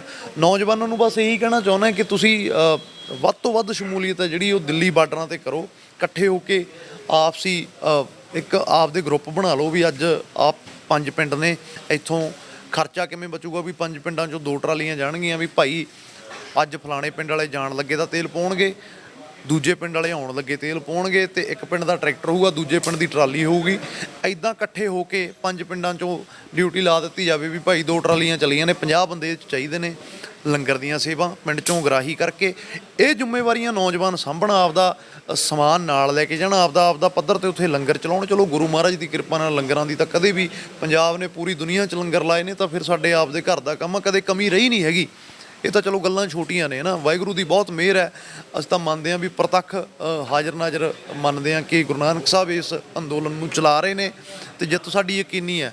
ਲੰਗਰਾਂ ਦੀ ਤਾਂ ਬਹੁਤ ਛੋਟੀ ਗੱਲ ਹੈ, ਕੋਈ ਕਮੀ ਰਹੀ ਨਹੀਂ, ਪਰ ਫਿਰ ਵੀ ਜਿਹੜੀਆਂ ਮੁੱਢਲੀਆਂ ਜ਼ਿੰਮੇਵਾਰੀਆਂ ਹੁੰਦੀਆਂ ਨੇ, ਬੇਸਿਕ ਚੀਜ਼ਾਂ ਹੁੰਦੀਆਂ ਨੇ, ਨੌਜਵਾਨ ਅਗਰਾਹੀ ਕਰਕੇ ਆਪਦੇ 5-5 ਪਿੰਡਾਂ 'ਚ ਗਰੁੱਪ ਬਣਾ ਕੇ ਵੀ ਭਾਈ 50 ਬੰਦੇ ਅੱਜ ਚੱਲੀਏ, ਉਹ ਆ ਗਏ ਤਾਂ ਦੂਜੇ ਚੱਲੀਏ, ਇੱਦਾਂ ਗਰੁੱਪ ਬਣਾ ਕੇ ਲਗਾਤਾਰ ਉੱਥੇ ਇਕੱਠ ਆ ਜਿਹੜਾ ਬਰਕਰਾਰ ਰੱਖਣ। ਨੌਜਵਾਨਾਂ ਨੂੰ ਮੈਂ ਇਹੀ ਕਹਿਣਾ ਵੀ ਅਪੀਲ ਕਰਦਾ ਕਿ ਆਪਾਂ ਦਾਦੇ ਪੜਦਾਦੇ ਨੇ ਤਾਂ ਆਪਣਾ ਟਾਈਮ ਹੰਢਾ ਲਿਆ, ਹੁਣ ਇਹਨਾਂ ਜ਼ਮੀਨਾਂ ਦੇ ਵਾਰਸ ਆਪਾਂ ਹੀ ਆ, ਅੱਗੇ ਆਪਦੀਆਂ ਜ਼ਮੀਨਾਂ ਅਸੀਂ ਆਪਦੇ ਨਿਆਣਿਆਂ ਨੂੰ ਦੇਣੀਆਂ ਨੇ। ਸੋ ਸਾਡੀ ਜ਼ਿੰਮੇਵਾਰੀ ਵੱਡੀ ਹੈ, ਅਸੀਂ ਹੁਣ ਬਜ਼ੁਰਗਾਂ ਨਾਲੋਂ ਵੱਧ ਜ਼ਿੰਮੇਵਾਰੀ, ਉਹ ਤਾਂ ਫਿਰ ਵੀ ਸਾਡੇ ਮੋਢੇ ਨਾਲ ਮੋਢਾ ਲਾ ਕੇ ਖੜੇ ਆ, ਉਹ ਸਾਨੂੰ ਬੋਨਸ ਪੁਆਇੰਟ ਹੀ ਹੈ, ਉਹ ਖੜੇ ਆ, ਪਰ ਜ਼ਿੰਮੇਵਾਰੀ ਆਪਾਂ ਸਾਂਭੀਏ। ਦੁਬਾਰੇ ਤਾਂ ਮਤਲਬ ਵਾਰ-ਵਾਰ ਮੇਰੇ ਮੂੰਹ 'ਤੇ ਉਹੀ ਚੀਜ਼ ਚੜੀ ਹੋਈ ਆ, ਦੁਬਾਰੇ ਦਿੱਲੀ ਦੇ ਬਾਰਡਰਾਂ 'ਤੇ ਉਨਾ ਇਕੱਠ ਕਰੀਏ ਜਿੰਨਾ ਪਹਿਲਾਂ ਸੀ, ਤਾਂ ਜੋ ਗੌਰਮੈਂਟ ਗੱਲਬਾਤ ਦਾ ਰਾਹ ਖੋਲ੍ਹੇ। ਹੁਣ ਤਾਂ ਏਸੀ ਵੀ ਲੱਗੇ ਆ, ਐਲਈਡੀਆਂ ਲੱਗ ਗਈਆਂ। ਮੈਂ ਦੇਖਿਆ ਕਿ ਟਰਾਲੀ ਦੇ ਉੱਤੇ ਡਿਸ਼ ਲਾਈ ਹੋਈ ਹੈ, ਨਹੀਂ ਅੰਦਰ ਐਲਈਡੀ ਲੱਗੀ ਹੋਈ ਹੈ, ਵਿੰਡੋ ਏਸੀ ਲੱਗੇ ਆ। ਹੁਣ ਬਾਕੀ ਟਰਾਲੀਆਂ ਕੱਟ ਹੋ ਗਈਆਂ, ਹੁਣ ਤਾਂ ਪਰਮਾਨੈਂਟ ਕਹਿ ਰਹੇ ਕਿ ਪਰਮਾਨੈਂਟ ਜਿਹੜੇ ਘਰ ਨੇ ਉਹ ਬਣਾ ਲਏ ਆ ਉੱਤੇ। ਦੇਖੋ ਘੱਟ ਇੰਨੀਆਂ ਵੀ ਨਹੀਂ ਹੋਈਆਂ ਵੀ ਗੌਰਮੈਂਟ ਉੱਥੋਂ ਸਾਨੂੰ ਖਦੇੜ ਦੇਵੇ। 50-60 ਹਜ਼ਾਰ ਬੰਦਾ ਬਹੁਤ ਹੁੰਦਾ, ਲੋਕ ਆਈ ਜਾਂਦੇ ਆ, ਲੋਕ ਜਾਈ ਜਾਂਦੇ ਆ। ਦੇਖੋ ਹੁਣ ਜਦੋਂ ਲੰਬਾ ਪੈ ਜਾਂਦਾ ਨਾ ਅੰਦੋਲਨ, ਤਾਂ ਇਹ ਤਾਂ ਹੈ ਨਹੀਂ ਵੀ ਪਿੱਛੇ ਹਰ ਇੱਕ ਬੰਦੇ ਦੀਆਂ ਜ਼ਿੰਮੇਵਾਰੀਆਂ ਨੇ, ਉਹਨਾਂ ਨੇ ਵਿਆਹ ਵੀ ਕਰਨੇ ਆ, ਉਹਨਾਂ ਨੇ ਆਪਦੇ ਕੰਮਕਾਰ ਵੀ ਕਰਨੇ ਆ, 100 ਰੁਝੇਵੇਂ ਹੁੰਦੇ ਆ। ਲਗਾਤਾਰ ਪੰਜਾਬ ਨੇ ਦਿਖਾਤਾ ਵੀ ਅਸੀਂ ਇੱਕ ਆ, 3 ਮਹੀਨੇ 4 ਉੱਥੇ ਇਕੱਠ ਰੱਖਿਆ ਹਰ ਇੱਕ ਬਾਰਡਰ 'ਤੇ, ਨਾਲ ਹਰਿਆਣਾ ਵੀ ਹੈ। ਹੁਣ ਜਿਉਂ-ਜਿਉਂ ਇੱਕ ਸ਼ਡਿਊਲ ਬਣ ਜਾਂਦਾ, ਇੱਕ ਆਪਦੇ ਕੰਮਕਾਰ ਦਾ ਇੱਕ ਪਲੇਟਫਾਰਮ ਤਿਆਰ ਹੋ ਜਾਂਦਾ ਵੀ ਹਾਂ ਮੈਂ ਇੰਨੇ ਦਿਨਾਂ ਵਾਸਤੇ ਜਾਣਾ, ਇੰਨੇ ਨੂੰ ਆ ਗਿਆ। ਹੁਣ ਉੱਥੇ 40-50 ਹਜ਼ਾਰ ਬੰਦਾ ਲਗਾਤਾਰ, ਉਹ ਬਹੁਤ ਨੇ, ਉਹਨਾਂ ਨੂੰ ਖਦੇੜ ਨਹੀਂ ਗੌਰਮੈਂਟ ਸਕਦੀ। ਹੁਣ ਵਾਢੀ ਕਰਕੇ ਦੁਬਾਰੇ ਇਕੱਠ ਫਿਰ ਵੱਧ ਜੂਗਾ। ਰਹਿ ਗਈ ਗੱਲ ਇਹਨਾਂ ਦੀ ਏਸੀਆਂ ਦੀ, ਟਰੈਕਟਰਾਂ ਦੀ, ਇਹ ਤਾਂ ਪੰਜਾਬੀ ਪਹਿਲਾਂ ਤੋਂ ਹੀ ਜਗਾੜੀ ਨੇ, ਤਾਂ ਇਹ ਚੀਜ਼ਾਂ ਤਾਂ ਸਾਡੇ ਲਈ ਨੋਰਮਲ ਚੀਜ਼ਾਂ ਨੇ। ਏਸੀ ਉਸੀ ਤਾਂ ਅਸੀਂ ਪਰਵਾਹ ਨਹੀਂ ਕਰਦੇ। ਉੱਥੇ ਹੁਣ ਵਾਲੀਬਾਲ ਦਾ ਟੂਰਨਾਮੈਂਟ ਵੀ ਹੋ ਰਿਹਾ, ਹਵੇਲੀਆਂ ਅਸੀਂ ਉਹਨਾਂ ਸੜਕਾਂ 'ਤੇ ਬਣਾਤੀਆਂ। ਸੋ ਇਹਨਾਂ ਚੀਜ਼ਾਂ 'ਚ ਤਾਂ ਅਸੀਂ ਪਹਿਲੇ ਦਿਨ ਤੋਂ ਹੀ ਮੋਹਰੀ ਰਹੇ ਹਾਂ, ਪਰ ਜੇ ਇਹ ਚੀਜ਼ਾਂ ਨਾ ਵੀ ਹੋਣ, ਏਸੀ ਉਸੀ ਨਾ ਵੀ ਹੋਣ, ਤਾਂ ਵੀ ਸਾਨੂੰ ਕੋਈ ਫਰਕ ਨਹੀਂ ਪੈਂਦੇ, ਕਿਉਂਕਿ ਅਸੀਂ ਪਹਿਲੇ ਦਿਨ ਤੋਂ ਹੀ ਇੰਨੇ ਸਟਰੋਂਗ ਹੈ। ਜੇਠ ਹਾੜ ਦੀਆਂ ਧੁੱਪਾਂ ਦੇ ਵਿੱਚ ਅਸੀਂ ਰੜ ਰੜ ਕੇ ਖੇਤਾਂ 'ਚ ਕੰਮ ਕਰਦੇ ਰਹੇ ਹਾਂ। ਅਸੀਂ ਕਦੇ ਪਰਵਾਹ ਨਹੀਂ ਮੰਨੀ, ਪਾਣੀ ਲਾਉਂਦੇ ਰਹੇ ਹਾਂ ਰਾਤ ਨੂੰ, ਪੋਹ ਮਾਘ ਦੀਆਂ ਰਾਤਾਂ 'ਚ ਠੰਡ 'ਚ ਵੀ ਪਾਣੀ ਲਾਉਂਦੇ ਰਹੇ ਹਾਂ, ਖੇਤੀਬਾੜੀ ਕਰਦੇ ਰਹੇ ਹਾਂ। ਸੋ ਅਸੀਂ ਯੂਜ਼ ਟੂ ਹਾਂ ਇਹਨਾਂ ਚੀਜ਼ਾਂ ਦੇ ਲਈ। ਸੱਪਾਂ ਦੀਆਂ ਸਿਰੀਆਂ ਅਸੀਂ ਛੋਟੇ ਹੁੰਦੀ ਮਿੱਧਦੇ ਆਉਂਦੇ ਹਾਂ, ਸਾਨੂੰ ਕੋਈ ਫਰਕ ਨਹੀਂ ਪੈਂਦਾ। ਮੇਨ ਤਾਂ ਗੱਲ ਇਹ ਹੈ ਵੀ ਹੱਲ ਨਿਕਲਣਾ ਚਾਹੀਦਾ ਇਹਨਾਂ ਚੀਜ਼ਾਂ ਨਾਲ। ਜੇ 2 ਮਹੀਨੇ ਗਰਮੀ 'ਚ ਵੀ ਰਹਿ ਲਾਂਗੇ ਤਾਂ ਕੋਈ ਫਰਕ ਨਹੀਂ ਪੈਣ ਲੱਗਿਆ। ਮਤਲਬ ਸੋਚ ਲਿਆ ਹੁਣ ਜਿੱਤ ਕੇ ਹੀ ਵਾਪਸ ਮੁੜੋਗੇ? ਇਹ 'ਚ ਕੋਈ ਸ਼ੱਕ ਹੀ ਨਹੀਂ ਹੈਗਾ, ਜਿੱਤ ਕੇ ਹੀ ਵਾਪਸ ਮੁੜਾਂਗੇ। ਇਹ ਤਾਂ ਕੋਈ ਸਰਕਾਰ ਤੋਂ ਅਸੀਂ ਕੁਝ ਮੰਗ ਨਹੀਂ ਰਹੇ, ਇਹ ਤਾਂ ਸਰਕਾਰ ਜਿਹੜਾ ਸਾਡਾ ਖੋਹ ਰਹੀ ਹੈ, ਅਸੀਂ ਉਹਦੇ ਲਈ ਪ੍ਰੋਟੈਸਟ ਕਰ ਰਹੇ ਹਾਂ ਵੀ ਇਹ ਸਾਡੇ ਭਾਈ ਤੁਸੀਂ ਕਰਕੇ ਖਾਂਦਿਆਂ ਨੂੰ ਤਾਂ ਖਾ ਲੈਣ ਦਿਓ ਨਾ। ਪੰਜਾਬ ਨੂੰ ਤੁਸੀਂ ਦਿੱਤਾ ਤਾਂ ਕਦੇ ਕੁਛ ਹੈ ਨਹੀਂ, ਹੁਣ ਜਿਹੜੀ ਚੀਜ਼ ਸਾਡੇ ਕੋਲ ਹੈ ਤੁਸੀਂ ਉਹ ਖੋ ਰਹੇ ਹੋ। ਸੋ ਇਹ ਉਹਦੇ ਲਈ ਧਰਨਾ ਲਗਾਤਾਰ ਲੱਗਿਆ, ਅਤੇ ਜਦੋਂ ਤੱਕ ਇਹ ਲੜਾਈ ਨਹੀਂ ਜਿੱਤਦੇ ਉਦੋਂ ਤੱਕ ਅਸੀਂ ਉੱਥੋਂ ਉੱਠ ਕੇ ਨਹੀਂ ਆਵਾਂਗੇ, ਜਿੱਤ ਕੇ ਹੀ ਆਵਾਂਗੇ। ਧੰਨਵਾਦ ਜੀ। ਜਸ ਬਾਜਵਾ ਸਾਡੇ ਨਾਲ ਸੀਗੇ। ਤੇ 4 ਮਹੀਨੇ ਜਿਹੜੇ ਨੇ 24 ਮਾਰਚ ਦਾ ਦਿਨ ਹੈ, 2 ਦਿਨਾਂ ਬਾਅਦ 4 ਮਹੀਨੇ ਜਿਹੜੇ ਨੇ ਉਹ ਹੋ ਜਾਣਗੇ। ਲਗਾਤਾਰ ਅੰਦੋਲਨ ਹੈ ਜਿਹੜਾ ਸਿਖਰਾਂ ਵੱਲ ਵੱਧ ਰਿਹਾ। ਹਰ ਇੱਕ ਵਿਚਾਰਧਾਰਾ ਦੇ, ਹਰ ਇੱਕ ਸੂਬਿਆਂ ਦੇ ਲੋਕ ਜਿਹੜੇ ਨੇ ਲਗਾਤਾਰ ਅੰਦੋਲਨ ਦਾ ਹਿੱਸਾ ਬਣ ਰਹੇ ਨੇ। ਅੱਜ ਇਹਦੀ ਗੱਲ ਕਰਾਂ ਤੇ ਅੱਜ ਵੀ ਹਜ਼ਾਰਾਂ ਦੀ ਤਾਦਾਦ ਦੇ ਵਿੱਚ ਜਿਹੜੇ ਟਰੈਕਟਰ ਨੇ ਇੱਥੇ ਪਹੁੰਚੇ ਸੀਗੇ, ਤੇ ਇੱਥੇ ਕਿਸਾਨ ਆਗੂ ਬਲਬੀਰ ਸਿੰਘ ਰਾਜੇਵਾਲ ਤੇ ਗੁਰਨਾਮ ਸਿੰਘ ਚੜੋਨੀ ਤੇ ਰੁਲਦੂ ਸਿੰਘ ਮਾਨਸਾ, ਕਾਫੀ ਕਿਸਾਨ ਆਗੂ ਇੱਥੇ ਪਹੁੰਚੇ ਸੀਗੇ। ਤੇ ਲਗਾਤਾਰ ਇਸ ਕਿਸਾਨੀ ਅੰਦੋਲਨ ਨੂੰ ਲੈ ਕੇ ਲੋਕਾਂ ਦੇ ਵਿੱਚ ਗੁੱਸਾ ਉਹ ਵੱਧ ਰਿਹਾ ਤੇ ਕਿਤੇ ਨਾ ਕਿਤੇ ਇੱਕ ਲੰਬਾ ਸਮਾਂ ਜਿਹੜਾ ਹੋ ਚੁੱਕਿਆ ਹੈ। ਹੁਣ ਦਿੱਲੀ ਤੋਂ ਉੱਠ ਕੇ ਕਿਸਾਨ ਜਿਹੜੇ ਨੇ ਬੰਗਾਲ ਪਹੁੰਚ ਚੁੱਕੇ ਨੇ, ਪੰਜਾਬ ਤੋਂ ਉੱਠ ਕੇ ਕਿਸਾਨ ਜਿਹੜੇ ਨੇ ਬੰਗਾਲ ਪਹੁੰਚ ਚੁੱਕੇ ਨੇ, ਹਰਿਆਣੇ ਤੋਂ ਜਿਹੜੇ ਕਿਸਾਨ ਨੇ ਉਹ ਬੰਗਾਲ ਪਹੁੰਚ ਚੁੱਕੇ ਨੇ। ਕਿਤੇ ਨਾ ਕਿਤੇ ਬੀਜੇਪੀ ਦਾ ਵੀ ਬਾਈਕਾਟ ਕੀਤਾ ਜਾ ਰਿਹਾ, ਪ੍ਰੈਸ਼ਰ ਬਣਾਇਆ ਜਾ ਰਿਹਾ ਕਿਤੇ ਨਾ ਕਿਤੇ ਇਹ ਕਾਲੇ ਕਾਨੂੰਨਾਂ ਨੂੰ ਲੈ ਕੇ ਕਿ ਕਾਲੇ ਕਾਨੂੰਨ ਜਲਦੀ ਤੋਂ ਜਲਦੀ ਰੱਦ ਹੋ ਜਾਣ। ਤੇ ਤੁਹਾਡਾ ਕੀ ਕੁਝ ਕਹਿਣਾ ਸਾਨੂੰ ਕਮੈਂਟ ਬਾਕਸ ਦੇ ਵਿੱਚ ਕਮੈਂਟ ਕਰਕੇ ਜ਼ਰੂਰ ਦੱਸਿਓ। ਵੀਡੀਓ ਜਰਨਲਿਸਟ ਆਕਾਸ਼ ਦੇ ਨਾਲ ਜੈ ਵਰਮਾ, ਸਾਂਝਾ TV. Please subscribe our channel and press the bell icon ਤਾਂ ਕਿ ਕੋਈ ਵੀ ਨਵੀਂ ਅਪਡੇਟ ਤੁਸੀਂ ਮਿਸ ਨਾ ਕਰੋ।